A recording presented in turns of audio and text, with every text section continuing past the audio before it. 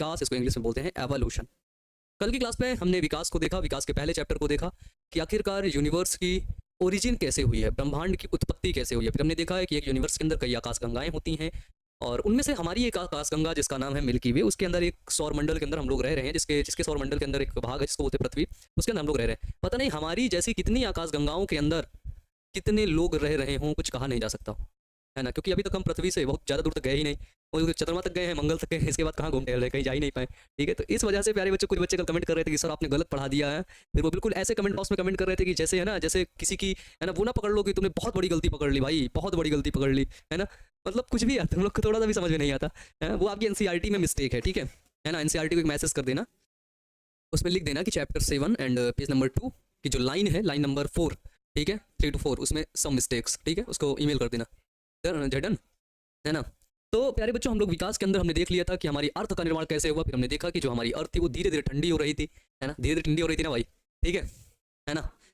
H2O बन रहा था, फिर वो धीरे से नीचे गिर रहा था, फिर वो वाष्प बन के उड़ रहा था, फिर नीचे आ रहा था। इसकी वजह से पृथ्वी का जो टेम्परेचर था, इनिशियल पृथ्वी का जो टेम्परेचर 8000 डिग्री सेल्सियस था, फिर वो धीरे धीरे कम होकर के 800 डिग्री सेल्सियस आया, फिर धीरे धीरे टेम्परेचर और डाउन होने लगा। ठीक है, जब धीरे धीरे करके टेम्परेचर बहुत डाउन हो गया तो फिर वायुमंडल बन गया, फिर धीरे धीरे ओजोन लेयर बन गई। और अब बात आती है कि भाई इस पृथ्वी पर जीवों का विकास कैसे हुआ। ठीक है, तो आप सभी लोगों को गुड आफ्टरनून, कैसे हो आप लोग और आपकी पढ़ाई कैसी चल रही है, एक बार कमेंट करके बता दीजिएगा। ठीक है ना, एक बार फटाफट से कमेंट बॉक्स में कमेंट करके बता दीजिएगा। यस भैया, कैसे हो आप लोग भाई, कैसे हो, एक बार फटाफट से कमेंट बॉक्स में कमेंट करके बता दीजिए। आज के जो इस वीडियो में हम लोग पढ़ने वाले हैं, आज की इस क्लास में, वो है कि जीवन की उत्पत्ति के सिद्धांत। ठीक है ना, जीवन की उत्पत्ति के सिद्धांत, ओरिजिन ऑफ लाइफ। आखिरकार इस अर्थ के अंदर कैसे लाइफ का ओरिजिन हुआ, उसके कुछ सिद्धांत जो हैं उनको हम लोग पढ़ने वाले हैं। ठीक है, और उनको बेहतरीन तरीके से पढ़ेंगे, एक एक टॉपिक को अच्छे तरीके से समझते हुए चलेंगे। तो सभी लोग जुड़ जाइएगा और ध्यान से पढ़िएगा, मन लगा करके पढ़िएगा। ठीक है ना। हम न्यू हैं सर, देखो हमारे जो नए बच्चे हैं, उन नए बच्चों के सामने एक सबसे बड़ी जो प्रॉब्लम आ रही है ना, है ना, न्यू स्टूडेंट्स के सामने जो सबसे बड़ी प्रॉब्लम है, वो प्रॉब्लम ये है कि भाई उनका जो पीछे की जो क्लास है ना, ठीक है, जो क्लासेस हमारी हो चुकी है, समझ लो जो ओल्ड क्लासेस हैं वो उनका कंप्लीट नहीं है, यानी कि उनका ढेर सारा बैकलॉग लगा हुआ है। ठीक है ना। अभी समय ये बैकलॉग वर्ड बड़ा फेमस हो गया होगा, है ना, हर जगह सुनते हो कि भाई बैकलॉग ये वो।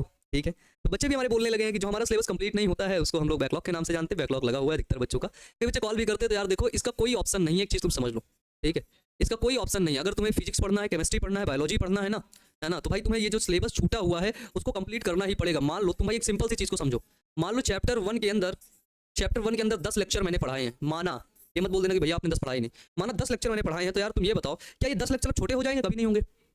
अब अगर तुमको डिटेल में पढ़ना है, अच्छे से पढ़ना है, तो भाई ये तुम्हें 10 लेक्चर को तो देखने ही पड़ जाएंगे ना। बिना ये 10 लेक्चर को देखे कुछ होगा ही नहीं।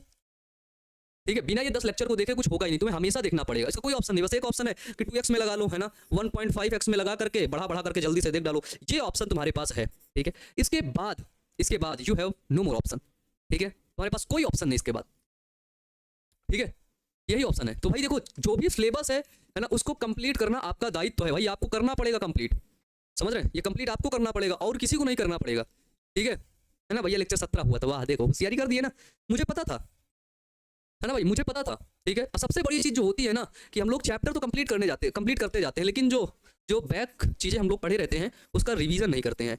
यार देखो, जब भी कोई तुम्हें एक लोग सिंपल सा फॉर्मूला समझना, जब भी तुम किसी चैप्टर को फर्स्ट टाइम पढ़ते हो, ठीक है, तो उस चैप्टर के अंदर तुमने 10 घंटे दिए, ध्यान से समझना, 10 आवर्स। जब तुम उसको सेकेंड टाइम पढ़ते हो तो वो मात्र वही जो 10 घंटे का चैप्टर है वो मात्र 1 घंटे में कंप्लीट हो जाता है, सिर्फ 1 घंटे में। कैसे? क्योंकि सारे कॉन्सेप्ट तुमने समझ के रखे पहले से ही, है ना भाई, है ना। अब इसके बाद बात आती है, जब उस चैप्टर को तुम थर्ड टाइम रिवीजन करते हो, ठीक है, थर्ड टाइम, तो मात्र वो जो 10 घंटे चैप्टर स्टार्टिंग में पढ़े थे, पहली बार जिसका नाम भी नहीं जानते थे, उसको तुम तीसरी बार जब रिवीजन करोगे तो मात्र इसको 14 मिनट के अंदर कर लोगे। और अगर तुमने 3 बार रिवीजन कर दी तो यही होता है सक्सेस का फॉर्मूला। और कोई दूसरा फॉर्मूला बनाया ही नहीं है किसी ने, और कोई दूसरा फॉर्मूला इस वर्ल्ड पर एग्जिस्ट भी नहीं करता है। ठीक है, कि सफल होने के लिए हमें ये करना है, वो करना है, भाई कुछ भी नहीं करना है, कुछ भी नहीं करना है ना। फालतू के वीडियोस देखना बंद कर दो, फालतू लोगों के पास जो सलाह लेने जाते हो ना भाई, उसको लेना बंद कर दो, पहली बात। ठीक है, सफल होने के लिए क्या करना है कि जितने भी चैप्टर उनको पढ़ना है, पहली बात। ठीक है, दूसरी बात ये उनसे क्वेश्चन कैसे आते हैं ये चीज़ देखनी, इसके सिवा कोई ऑप्शन नहीं है। ठीक है, इसके सिवा कोई भी ऑप्शन नहीं है, तुम्हें ऐसे ही करना पड़ेगा। ठीक है ना। अगर आज ऑप्शन होते तो दुनिया में सभी लोग सफल होते। ठीक है, जो सफलता के वीडियोस बना रहे हैं वो भी सफल होते, लेकिन ऐसा बिल्कुल भी नहीं है। इसलिए हमेशा याद रखना कि मेहनत तो करना पड़ेगा और नो डाउट कंप्लीट करोगे आप सभी लोग अच्छे से। तो क्लास को स्टार्ट करते हैं। एवोल्यूशन, विकास हम लोग पढ़ रहे थे, पृथ्वी का विकास वगैरह, ये कल हम लोगों ने इन सभी टॉपिक्स के बारे में पढ़ लिया था। ठीक है, आज हम लोग देखेंगे कि पृथ्वी पर जीवन की उत्पत्ति कैसे हुई है, इस चीज़ को हम लोग देखते हैं। ठीक है, इसको सबसे लास्ट पेज में कर दो भाई, चलो, जीवन की उत्पत्ति के सिद्धांत क्या है सबसे पहले ये देखते हैं, ठीक है। क्या देखेंगे बच्चों, ठीक है ना। चलो भाई, ठीक है। अब देखो, जीवन की उत्पत्ति के सिद्धांत हम लोग क्या देखते हैं, origin of life. Origin of life क्या होते हैं, ठीक है। देखो भाई, पृथ्वी पर जीवन कैसे आया, तो ढेर सारे वैज्ञानिक अपना अपना मत देने लगे।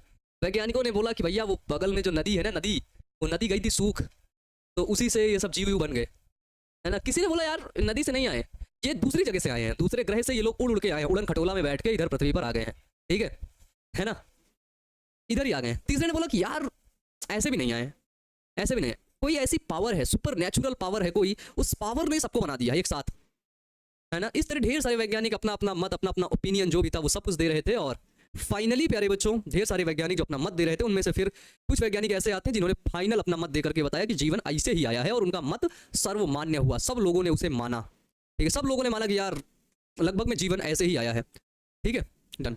चलिए, क्लियर है। तो क्या होता है भाई, क्या होता है, ध्यान से सुनो, क्या होता है कि इस पृथ्वी पर जीव का अस्तित्व प्रारंभिक काल में नहीं था, ठीक है, ठीक है। यानी कि क्या कह रहा है कि पृथ्वी पर जो प्रारंभिक काल था, ठीक है, जो पहले का समय था, ठीक है, प्रारंभिक काल मतलब सबसे पहले जो समय था, क्योंकि सबसे पहले तो पृथ्वी का टेम्परेचर ही अधिक था, ठीक है, सबसे पहले पृथ्वी का टेम्परेचर अधिक था, तो यहाँ पर क्या थे, जीव नहीं थे, ठीक है, वहां पर क्या थे बच्चों, जीव थे ही नहीं। तो हमें एक चीज पता चल गया क्या, कि सबसे पहले प्रारंभिक काल में बेटा जीव इस पृथ्वी पर नहीं थे, ठीक है, जीव क्या थे, नहीं थे प्यारे बच्चों, ठीक है। पृथ्वी के निर्माण के प्रारंभिक काल में इतना अधिक ताप था कि जीव उस समय उपस्थित का हो, जीव का उपस्थित होना असंभव था। क्यों, सिर्फ ये टेम्परेचर की वजह से, ठीक है, तापमान की वजह से, ठीक है, जीवन संभव नहीं था, ठीक है। अब तुम सोच लो, अगर 80 डिग्री टेम्परेचर यहां पर हो जाए तो क्या कोई सर्वाइव कर पाएगा, नहीं कर पाएगा भाई। 50 डिग्री टेम्परेचर अगर चला जाए, कितना पहुंचा, 48 पहुंचा है, 48 डिग्री सेल्सियस तापमान में लोग मरने लगे हैं, है ना, लोग मरने लगे, कहीं कुछ लोग मर रहे हैं, कहीं कुछ लोग मर रहे हैं, कुछ जानवर है वो मर रहे हैं, है ना, ऐसे ही मर रहे हैं सारे जीव जंतु लगभग में, ठीक है। अगर यही 48 बढ़कर के 58 डिग्री सेल्सियस तापमान पहुंच जाए तो समझ लो कि 20-30% आबादी ऐसे ही मर जाएगी। फिर ये अगर 68 पहुंच जाए तो सोचो 50% मर जाएगी, और अगर ये 98 डिग्री सेल्सियस पहुंच जाए तो फिर यहाँ पर जीवन एग्जिस्ट नहीं करेगा, ठीक है, सारे जीव मर जाएंगे। सारे जीव मतलब किंगडम मोनेगा के जीव फिर भी रहेंगे, जो हाई टेम्परेचर के अंदर सर्वाइव कर सकते हैं वो रहेंगे भाई, है ना, वो रहेंगे। डन भाई, यहाँ तक क्लियर हो गया। तो क्या होता है कि भाई टेम्परेचर ही मेन है, टेम्परेचर अगर इंक्रीज कर रहा है तो यार कहाँ से जीवन संभव होगा, नहीं संभव होगा, क्योंकि पहले पृथ्वी का जब टेम्परेचर तो बहुत ज्यादा अधिक था, इस वजह से जीवन सर्वाइव करना यहाँ पर मुश्किल था, है ना, because temperature is high in this earth, है ना, इन द इनिशियल स्टेज, प्रारंभिक काल में कह रहा है भाई, प्रारंभिक काल में, ठीक है ना, ये हो गया भाई। इसके बाद हम देखते हैं, तब यहाँ हमारे पास एक प्रश्न उठता है कि आज पृथ्वी पर भांति भांति के जो असंख्य जीव जंतु उपस्थित हैं, उनकी उत्पत्ति कब और कैसे हुई। अब ये हमारे मन में एक सवाल उठता है, और यही एक जिज्ञासा का एक, है ना, जिज्ञासा का एक लौ जलाता है, ठीक है, जिज्ञासा का एक लौ जलाता है कि जो इतने भांति भांति प्रकार के जो जीव हैं, इन जीवों की उत्पत्ति पृथ्वी पर कैसे हुई, ठीक है ना, इन जीवों की उत्पत्ति। तो इसी चीज को अब हम लोग पढ़ेंगे, ठीक है ना, इसी चीज को हम लोग पढ़ेंगे। डन भाई, क्लियर है। अब देखो प्यारे बच्चों, सबसे पहली चीज देखते हैं कि जीवन की उत्पत्ति के विषय को लेकर के अनेक कल्पनाएं दी गई हैं, ठीक है, पृथ्वी पर, है ना, पृथ्वी पर जीवन की जो उत्पत्ति है, जीवन की उत्पत्ति को लेकर के प्यारे बच्चों क्या की गई हैं, है ना, अनेक कल्पनाएं प्रस्तुत की गई हैं, ठीक है। कुछ वैज्ञानिक आते हैं वो अपने, है ना, कुछ वैज्ञानिक प्रयोग करके भी दिखाते हैं,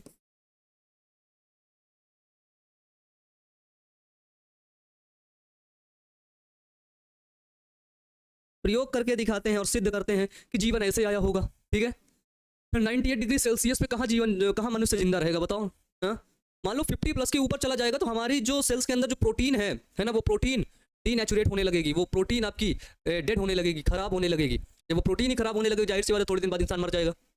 तो है ना, humans are not survive in 98 degree Celsius temperature, है ना, humans are not survive, but some organism like kingdom moneras, है ना, they are survives because he is a very high temperature living organism, ठीक है। डन, ये हो गया भाई। फिर हमने क्या देखा, अनेक कल्पनाएं दी। कुछ वैज्ञानिकों ने तो अपने प्रयोग के द्वारा ऐसी परिस्थितियां उत्पन्न करने में सफल भी हुए जिससे जीव उत्पत्ति होने की कल्पना की जा सकती थी। यानी कि यहां पर अब आते हैं हमारे साइंटिस्ट लोग, ठीक है, साइंटिस्ट आते हैं, ठीक है, साइंटिस्ट लोग आते हैं, वो लोग अपना अब ये परिकल्पना, ये सब प्रयोग, ये सब करना शुरू कर देते हैं, ठीक है ना, ठीक है। चलो भाई, क्लियर है? यहाँ तक क्लियर है? और कोई दिक्कत? चलो इसके बाद हमने क्या देखा प्यारे बच्चों, इसके बाद चलो अब हम लोग देखते हैं पहला प्रयोग, अपना पहला प्रयोग, जीवन की उत्पत्ति के सिद्धांत, theories of origin of life. अब भाई देखो, जो भी साइंटिस्ट आएंगे वो यही बताएंगे कि भाई जीवन की उत्पत्ति कैसे हुई है, ठीक है, कैसे जीवन की उत्पत्ति हुई, वो सभी लोग आपको यही बताएंगे। जब वो अपनी परिभाषा को, जैसे तुम कोई नई चीज को खोजोगे तो तुम उसे पब्लिश करोगे, तुम उसे लोगों को बताओगे, तो लोगों को बताने का मतलब ये नहीं किसी तुम दो चार पागल लोगों को बता दो, वो लोग बोलते हाँ हाँ बहुत अच्छा है, तुम बोल दिया बहुत अच्छा, नहीं, उस फील्ड के जो टॉप में बैठे लोग हैं वो लोग देखेंगे, वो लोग बोलेंगे कि यार तुमने बहुत अच्छी खोज की है, तब वो होगी एक बहुत अच्छी खोज, ठीक है, तब वो रजिस्टर्ड होगी आपके नाम से, ठीक है ना। एक बच्ची कह रही भैया थोड़ा इंग्लिश में बोलिए ना प्लीज। कौन से English? United English, United Kingdom की बोलो। So hi, my name is Oman and how are you?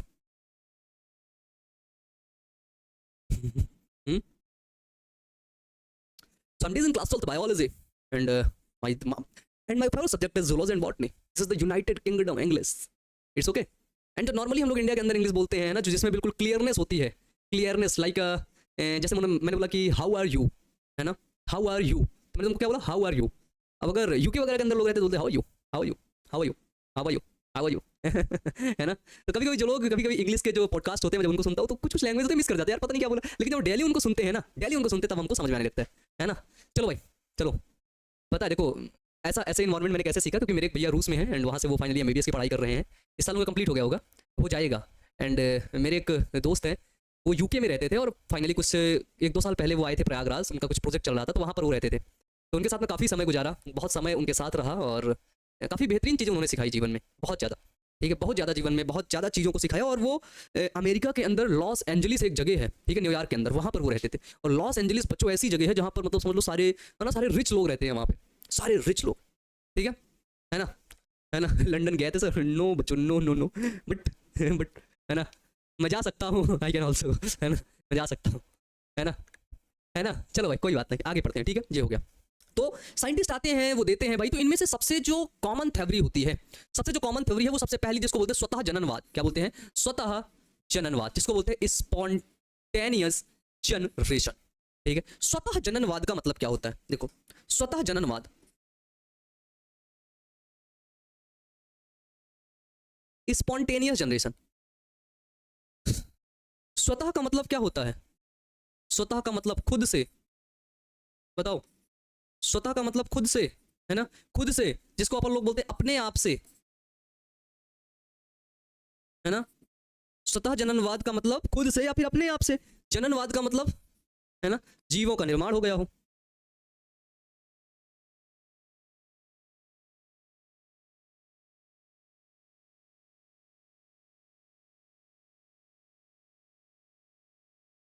है ना। ये होता है आपका क्या, ये होता है बच्चों स्वतः जननवाद, ठीक है, ये होता है आपका स्वतः जननवाद, ठीक है, स्पॉन्टेनियस जनरेशन, ठीक है ना, स्वतः जननवाद, है ना। डन सर, एडम और हवा की कहानी सही है क्या? भाई तुम इधर सुन लेना, है ना, ये सब, है ना, क्या ही बोलूं मैं, इसको कुछ कह भी नहीं सकता, है ना, क्योंकि इसमें कई लोगों की आस्थाएं छुपी होती है। लोग कहते हैं हमारी आस्था को ठेस पहुंच गया, अरे भाई तेरी खाक आस्था है, कुछ भी आस्था नाम की कोई चीज ही नहीं है, इधर पूरी साइंस है ना। इसके अंदर जब हम लोग एवोल्यूशन पढ़ते हैं तो हमको समझ में आता है भाई, ठीक है। तुम ये सब फालतू की कहानी ना तुम सिर्फ घर में ही सुन सकते हो, आसपास के लोगों से ही सुन सकते हो, ठीक है ना। जब तुम किसी लैब में बैठ के रिसर्च करोगे ना, तुम्हारी आंखें खुल जाएंगी, ठीक है। जब तुम किसी लैब में बैठ के रिसर्च करोगे तब तुम्हारी आंखें खुलेंगी कि यार ये सच्चाई नहीं है, सच्चाई तो कुछ और ही है। लेकिन तुम लोग मतलब कहते हैं ना, कितनी कहानियां गढ़ के ये धार्मिक ग्रंथ और ये सब मतलब क्या क्या सिखाते हैं, उल्टी सीधी चीजें सिखाते रहते हैं लोग, पता नहीं किसमें पागल हुए रहते हैं, है ना। मैं भाई कुछ नहीं यार, कुछ भी नहीं रखा, सब बकवास की चीजें हैं, है ना। बताओ, है ना, बहुत एक सिंपल सी चीज़ है, एक सिंपल सी चीज़ है। मैं जब अपनी कार लिया तो मैंने उस कार का इंश्योरेंस करवाया, करीब 13-14 हज़ार का पड़ा था, है ना, इंश्योरेंस करवाया। उस इंश्योरेंस को करवाने से एक गारंटी मिल गई कि 1 साल में के अंदर अगर ये गाड़ी कहीं पे ठुकती उगती है तो ये लोग बना के देंगे भाई। 14,000 रुपये मैंने दिया, इंश्योरेंस करवाया। फिर उस कार को मेरे दोस्त लोग लेकर के गए, मुझे भी लेकर के गए पूजा करवाने के लिए। तो पूजा करवाने के लिए अप्रॉक्सीमेट 3-4 हज़ार रुपये खर्चा हो गया उसमें भी, लेकिन उस इंश्योरेंस से गारंटी है। लेकिन वो जो पूजा करवाने में मेरे पैसे खर्चे हुए 4,000 रुपये, उन 4,000 रुपये से कोई भी गारंटी नहीं है कि गाड़ी ठुकेगी नहीं आगे जाकर के, 1 मिनट की भी गारंटी नहीं है तुम्हारे जीवन की भी। तो तुम्हें क्या लगता है कि तुम किसी जगह पर जाओगे, है ना, किसी धार्मिक स्थल पर जाओ, कोई भी धार्मिक स्थल हो सकता है, वहां पर जाओगे तुम्हें लगेगा कि तुम ये कर लिए वो कर लिए कुछ हो जाएगा? नहीं, कुछ भी नहीं होने वाला यार, कुछ भी नहीं होने वाला, है ना। फिर मैं सोच रहा था कि यार जब मतलब क्या मतलब निकला वहां जाने से, भाई मैंने 4,000 रुपये खर्चा कर दिए, 4,000 रुपये का मैंने कार में कुछ और लगवा लेता, भाई साउंड सिस्टम अच्छा करवा लेता, बट कोई गारंटी नहीं है। मैं उसे चाहे मस्जिद में ले जाता, चाहे मदरसा में ले जाता, चाहे मैं क्रिश्चियन के यहाँ उसमें ले जाता, चर्च में ले जाता, कहीं भी ले जाता, कोई भी गारंटी नहीं है भाई। तुम 1 घंटे बाद कार को उठाए, 5 मिनट चले रोड में, कोई ट्रक वाला आया, मार दिया, मर गए, खत्म, कुछ भी नहीं होने वाला, नो गारंटी। बट इंश्योरेंस से एक गारंटी है, मतलब जिसके पास हम ले करके गए हैं, जिसके चरणों में उसको रखे हैं, वो 10 मिनट की भी गारंटी नहीं ले रहा है हमारे जीवन की, हमारी गाड़ी की। हाँ? इसका मतलब ये है कि वो तो है ही नहीं, वो तो ये सब चीज़ों की गारंटी लेता ही नहीं है। अगर वो है तो वो इन सब चीज़ों के चक्कर में नहीं पड़ता है ना।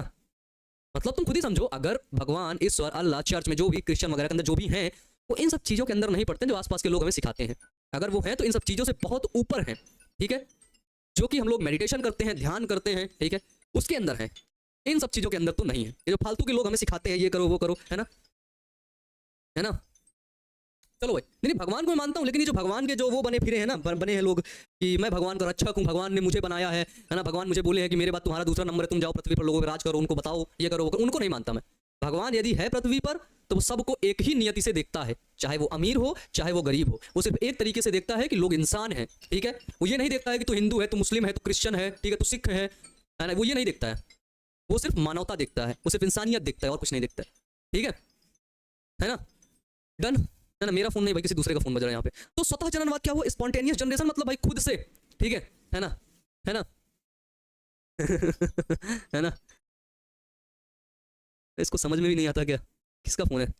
चलो भाई, तो हमने क्या देखा, हमने ये सब चीज देख लिया कि स्पॉन्टेनियस जनरेशन जो स्वतः जननवाद है, हमने भाई देख लिया, ठीक है ना, ये हुआ। तो इसके अनुसार हमने क्या देखा कि अधिकांश जीवों की जो उत्पत्ति है, इसके अनुसार प्यारे बच्चों, अधिकांश जीवों की उत्पत्ति स्वतः अजीवी पदार्थों से हुई है, ठीक है। यानी कि ये जो जीवों का निर्माण हुआ है वो कैसे हुआ है, वो आपका अजीवी, है ना, अजीवी पदार्थों से हुआ है, ठीक है। अजीवी पदार्थों से, जिनसे जीवन बन ही नहीं सकता है, उनसे उनसे इन जीवों का निर्माण हुआ है, ठीक है ना, उनसे निर्माण हुआ है। तो मिस्र देश के वासी, कहाँ के बच्चों, मिस्र देश के वासी, जो मिस्र के अंदर जो रहने वाले जो लोग थे, है ना, वो क्या किए प्यारे बच्चों, उनका ये विश्वास था कि उनके पास में एक नील नदी थी। कौन सी नदी थी? नील नदी थी। तो क्या होता था कि जब भाई, हेलो, सत्यम फोन रख के बाहर चला गया है, मैं क्लास के अंदर हूँ, ये पता नहीं कहाँ है, उठाया ही नहीं फोन, ठीक है, ठीक है भाई। चलो चलो, ये क्लियर हो गया। तो हमने क्या देखा भाई कि मिस्र देश के जो लोग थे, जो मिस्र में रहने वाले लोग थे, मिस्र देश के जो वासी थे, वो लोग क्या कर रहे थे भाई, ठीक है ना, है ना। मिस्र देश के जो लोग थे उनके पास में एक बहती थी नील नदी। तो जब नील नदी भाई गर्मियों में सूख जाती है, जाहिर सी बात है, ठीक है, गर्मियों में नील नदी सूख जाती है। तो जब गर्मियों में जब नील नदी सूख गई तो क्या हुआ, कीचड़ निकला किनारे से, उसी कीचड़ के अंदर कुछ जीव मिले, उसी कीचड़ के अंदर कुछ जीव मिले। तो मिस्र देश के लोगों की जब आंखें खुली तो उन्हें लगता था, ओ भाई ये नदी है ना, इसी कीचड़ से ही इन जीवों का निर्माण हुआ है। तो मिस्र देश के वासियों का, मिस्र देश के लोगों का प्यारे बच्चों ऐसा मानना था कि उनका यह विश्वास था कि नील नदी के कीचड़ के सूखने से ही, किसे, नील नदी के कीचड़ के सूखने से ही मछली, मेढक, सांप, घड़ियाल आदि का जीवित जीव अपने आप को पैदा हो जाते हैं, ठीक है। आदि जीवित जीव प्यारे बच्चों क्या होते हैं, अपने आप से पैदा हो जाते हैं, ठीक है, ठीक है, बताओ, ठीक है। आदि के जो जीवित जीव हैं वो अपने आप से क्या होते हैं प्यारे बच्चों, वो पैदा हो जाते हैं। बोलो क्लियर है, ये क्लियर। तो नील नदी के सूखने से, किससे प्यारे बच्चों, नील नदी के सूखने से, ठीक है, ठीक है, नील नदी के सूखने से क्या हुआ भाई, ये जीव का निर्माण हुआ। तो मिस्र देश के जो लोग थे उनका ऐसा मानना था, ठीक है भाई। कौन से? मिस्र देश के जो लोग थे भाई। इस प्रयोग को लोगों ने नहीं माना, बोला भाई कीचड़ से थोड़ी ना जीव बनेगा, है ना। साइंटिस्ट ने बोला, कुछ लोगों ने बोला कि यार ये जो नील, मिस्र देश के जो लोग कह रहे हैं भाई कि नील नदी के सूखने वगैरह से, कह लिए इंटरनेट नहीं है इसमें, इसमें वाईफाई ऑन कनेक्ट करना, इंटरनेट ऑफ रखना, ठीक है, ठीक है भाई। तो हमने क्या देखा प्यारे बच्चों, हमने क्या देखा कि ये लोग ऐसा बोले। तो इसमें एक वैज्ञानिक है जिनको हम लोग बोलते हैं फ्रांसिस्को रेड्डी, ठीक है। फ्रांसिस्को रेड्डी नामक वैज्ञानिक ने 1680 में, कब, फ्रांसिस्को रेड्डी नामक वैज्ञानिक ने बच्चों 1680 में एक प्रयोग करके इस मत को गलत साबित किया। फ्रांसिस्को रेड्डी ने, ठीक है, ठीक है, ठीक है। घड़ियाल, ये कह रहा घड़ियाल, क्या घड़ियाल मतलब, घड़ियाल नहीं होता वो क्रोकोडाइल, मगरमच्छ, उसी को तो बोलते हैं भाई, ठीक है ना। सर जी घड़ियाल का मतलब,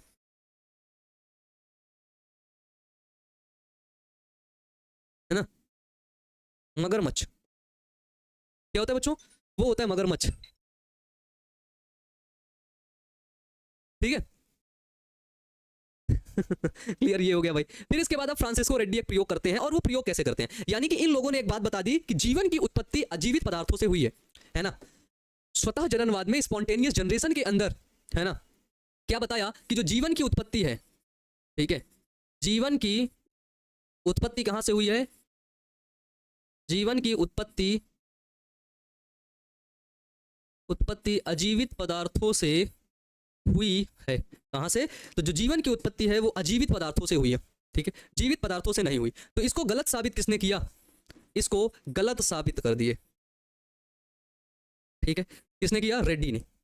रेड्डी ने क्या किया? रेड्डी ने बताया कि भाई देखो, जीवन की उत्पत्ति ऐसे नहीं हुई है। रेड्डी ने एक जार लिया, है ना, इस जार में उसने मांस का टुकड़ा रखा,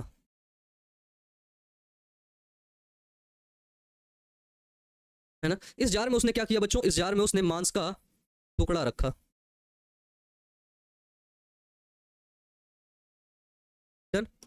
इस जार को पूरा कवर्ड कर दिया, पूरा कवर्ड किया, थोड़ा सा भी स्पेस नहीं बचा, ठीक है। हाँ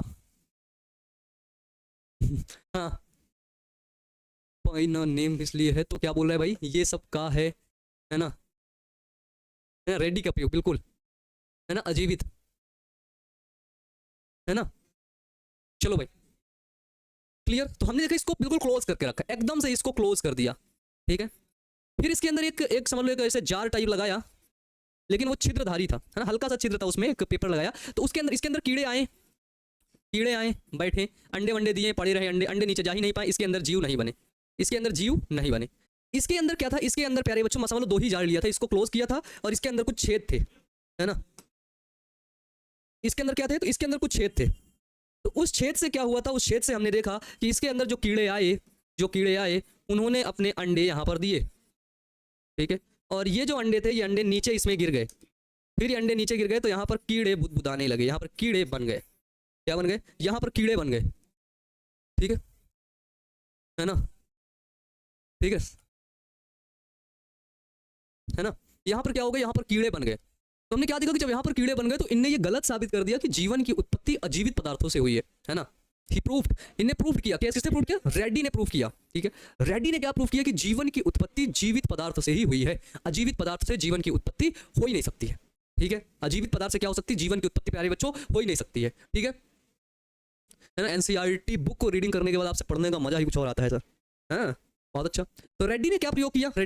तुम ध्यान से सुनना कि रेड्डी ने मांस के टुकड़ों को चौड़े मुंह वाले जारों में रखा। रेड्डी ने क्या किया? जो मांस का टुकड़ा था, ये आप यहाँ पर देखो, मांस का टुकड़ा, ये मांस का टुकड़ा और ये मांस का टुकड़ा, ठीक है।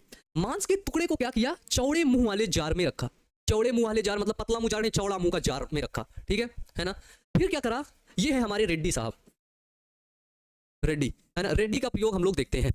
कुछ जार को उन्होंने बंद रखा, ये देखो जैसे ये पूरा क्लोज है ना। कुछ जार को उन्होंने क्या किया? उन्हें बंद रखा, ठीक है। और कुछ जार के मुंह खुले थे, जैसे यह जार का मुंह आपका क्या था प्यारे बच्चों? खुला था। कुछ जार का मुंह उन्होंने क्या किया प्यारे बच्चों? बंद रखा, ठीक है। और कुछ जार का मुंह उन्होंने खुला रखा, ठीक है। इन जार में मांस के टुकड़े सड़ रहे थे। ये यहाँ पर क्या है? ये यहाँ पर मीट के टुकड़े हैं, ठीक है ना, है ना। ये यहाँ पर क्या है? ये यहाँ पर मांस का टुकड़ा है, मांस का टुकड़ा, वहां पर ये सड़ रहे थे, ठीक है।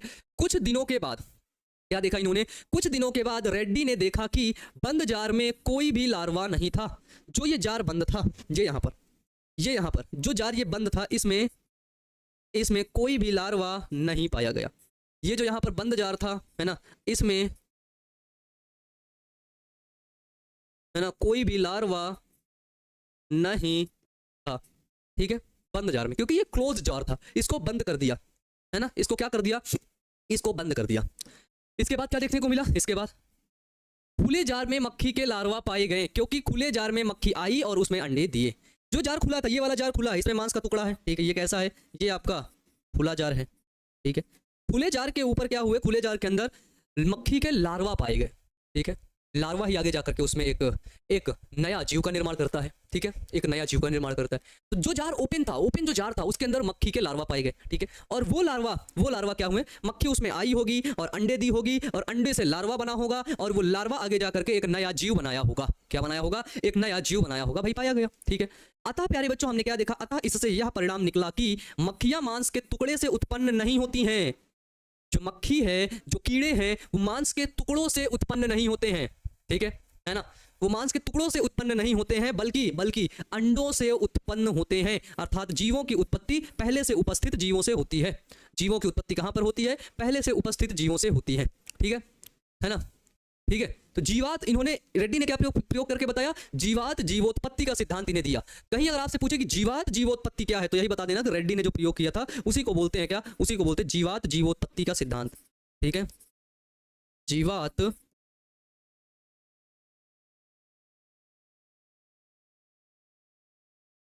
ठीक है, जीवात जीवोत्पत्ति का सिद्धांत, ठीक है। तो जीवात जीवोत्पत्ति का सिद्धांत मतलब क्या हो गया, मतलब क्या हुआ, मतलब क्या हुआ, बिल्कुल सिंपल मतलब हुआ कि जीवों की उत्पत्ति, ठीक है, जीवों की उत्पत्ति उत्पत्ति जीवों से ही होती है, ठीक है। जीवों की उत्पत्ति कहां से होती है बच्चों, तो जीवों की उत्पत्ति जीवों से ही होती है। ये हुआ आपका जीवात जीवोत्पत्ति का सिद्धांत, ठीक है भैया। तब मक्खी का निर्माण कैसे हुआ, हाँ हाँ, अभी बताता हूँ भाई, थोड़ा सा इंतजार कर ले भाई, थोड़ा सा इंतजार कर ले, अभी बताते हैं, ठीक है ना, बोलो सर पहला जीव क्या था अर्थ में, थोड़ा सा तो रुक जाओ भाई, थोड़ा सा तो रुक जाओ, पहले ये सब समझ लो, ठीक है। नहीं जब रेड्डी का प्रयोग पूछेगा ना तो मुंह ऐसे खुला का खुला रह जाएगा, ठीक है ना। आप देखो, है ना, आप देखो, तो हमने क्या देखा कि जीवात जीवोत्पत्ति का सिद्धांत रेड्डी ने दिया, यानी कि बताया कि जीवन की उत्पत्ति जीवों से ही हुई है, ठीक है। जो जीव नए जीव बने हैं उस नए जीवों की उत्पत्ति प्यारे बच्चों जीवों से हुई है, क्योंकि इसमें जो कीड़े थे, जो मक्खी थे, वो आए होंगे, इसमें अंडे दिए होंगे, वो अंडे लार्वा में बने होंगे, लार्वा से वो एडल्ट बने होंगे और जाकर के एक नया जीव बना होगा, ठीक है, एक नया जीव बना होगा, ठीक है भाई। ये क्लियर हो गया, बताओ। ये क्लियर होने के बाद फिर एक प्रयोग आता है लुई पास्चर का प्रयोग, ठीक है। अब तुम्हारा जो क्वेश्चन है ना, अब जो तुम्हारे पास जो तुम्हारा जो डाउट है, तुम्हारा जो क्वेश्चन है, वो डाउट क्या, डाउट बिल्कुल फालतू का डाउट है, ठीक है। तुमको अगर किसी बच्चे को बोरिंग लग रहा है, ठीक है ना, तो उसका ध्यान यहाँ पे नहीं है, उसका ध्यान कहीं और है, ठीक है, उसका ध्यान कहीं और है, ठीक है। अब ये कह रहा कितना मीट था, गधे खाना है क्या तेरे को, कितना मीट था उसमें, ये कह रहा कितना मीट था, ये कह रहा किसका मीट था, भाई बेवकूफ है क्या यार, फालतू क्वेश्चन पूछ रहा है, खाना है तुमको, है। एक बच्चा कह रहा है सर हमारे गाँव में एक लड़का डेथ हो गया है, पढ़ने का मन नहीं कर रहा है, क्या करें, चलो कोई बात नहीं आज मत पढ़ो, है ना, मत पढ़ो, ठीक है। अरे कह रहा है कि ह्यूमन की उत्पत्ति कैसे हुई है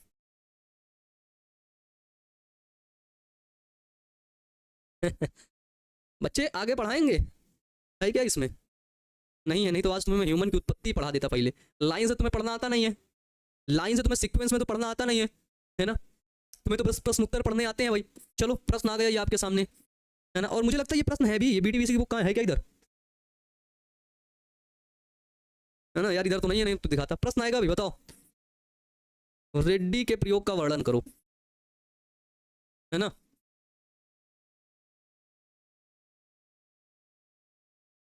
ठीक है, जो रेड्डी का प्रयोग था उसका वर्णन करो, ये क्वेश्चन आएगा, ठीक है ना। सर आप लिखने का टाइम नहीं क्यों देते भाई, तुम आराम से लिख लो यार, मैं टाइम आराम से दे रहा हूँ ना, ये देखो ये आ गया, ठीक है। तो यहाँ से जो प्रश्न पूछा जाएगा ना, प्रश्न ध्यान से सुनना, ये प्रश्न पूछा जाएगा, ठीक है, रेड्डी के प्रयोग का वर्णन कीजिए, ठीक है, ये प्रश्न आएगा, यहाँ पर तुम्हें उत्तर डाल के लिखना पड़ेगा, उत्तर, ठीक है ना, आंख बंद करके उत्तर लिखेंगे सर जी, लिखोगे ना भाई, भैया एक लाइन से पढ़ाइए समझ में आता है, ठीक है ना। तो जब समझ में आता है तो क्यों इधर उधर तुम परेशान हो रहे हो, फालतू में उल्टा सीधा हरकतें कर रहे हो, मानव की उत्पत्ति कैसे हुई, ओरिजिन ऑफ ह्यूमन, पहले मुर्गी आया अंडा आया, है? मतलब बिल्कुल बेवकूफ़ वाले सवाल है, क्या बोले उनको, ये वाईफाई नहीं चल रहा है क्या।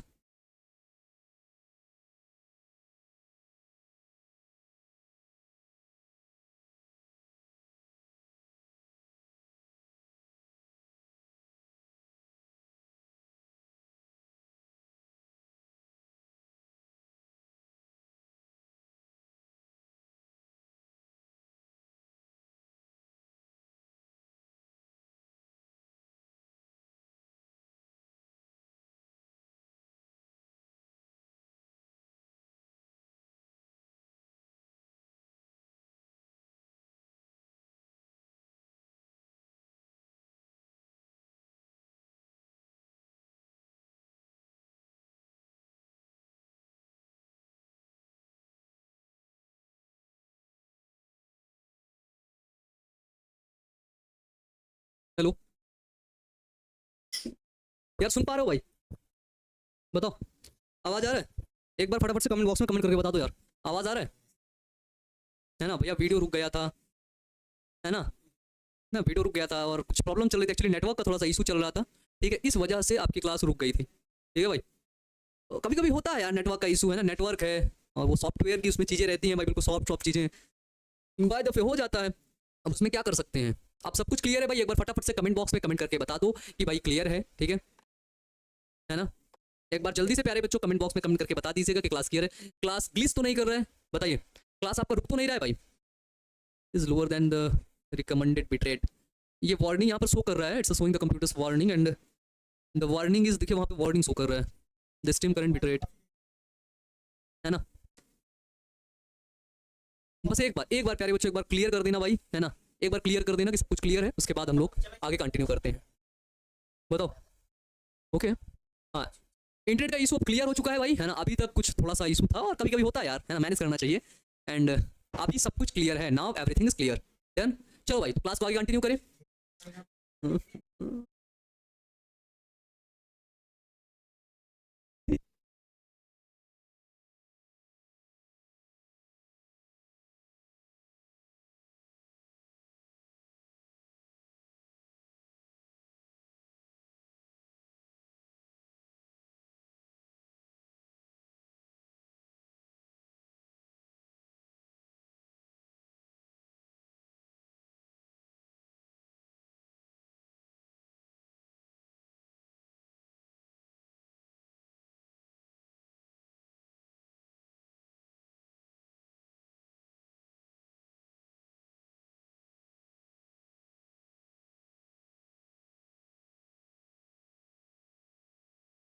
सच में प्रॉब्लम है क्या? है यार भाई, ये क्लियर ही तो है, कैसे तुम लोग बता देते हो? ठीक है, चलो ये क्लियर है भाई, तो इसके बाद हो जाएगा भाई, ठीक है। तो इसमें बिल्कुल सिंपल सी डिफिनीशन अगर तुम लिखोगे तो क्या लिखोगे बताओ? अगर मैं तुमको इसका एक प्रश्न दे दूंगा, और ये बाकी देखो प्रश्न तो आएगा, देखो टॉपिक वाइज पढ़ लो या फिर तुम प्रश्न पढ़ लो, ठीक है। बाकी इसमें अधिकतर बच्चे आएंगे कहेंगे सर आपने प्रश्नोत्तर तो कराया ही नहीं। भाई तुम्हारा दिमाग कमजोर है क्या? ये भाई मैंने रेड्डी का प्रयोग क्या कराया है? ये प्रश्न ही तो करवाया है, ये प्रश्न ही तो पूछेगा आपसे, यही प्रश्न एज इट इज आपसे एग्जाम में पूछेगा, एज इट इज प्रश्न। रेड्डी के प्रयोग का वर्णन कीजिए, रेड्डी के प्रयोग के बारे में बताइए, रेड्डी के प्रयोग ने क्या सिद्ध किया, यही प्रश्न है, ठीक है। जब चैप्टर खत्म होता है तो बोलोगे सर आपने तो सब्जेक्टिव क्वेश्चन करवाया ही नहीं। भाई तो पूरे चैप्टर में पढ़ क्या रहा था, है ना? एक बात ये भी ना कि भाई तुम पूरे चैप्टर में पढ़ क्या रहे थे, तुम इधर गपशप करने आए थे क्या, तुम इधर मस्ती करने आए थे क्या? ये जो पढ़ा रहे ये प्रश्न उत्तर ही तो है भाई, है ना? ध्यान से समझो, ध्यान से समझो। अब इसके बाद जब ये चैप्टर खत्म होता है उसके बाद मैं आप लोगों के साथ एमसीक्यूज ले आता हूं, जितने भी एमसीक्यूज होते हैं उनको करवाता हूं, ढेर सारा उनका करता हूं एक्सप्लेनेशन, ठीक है, ठीक है, ठीक है, डन। चलो चलो ये क्लियर हो गया। चलो अब तुम बताओ, अब यहां से तुमसे यही वाला प्रश्न पूछ लेगा। प्रश्न, रेड्डी का प्रयोग क्या है?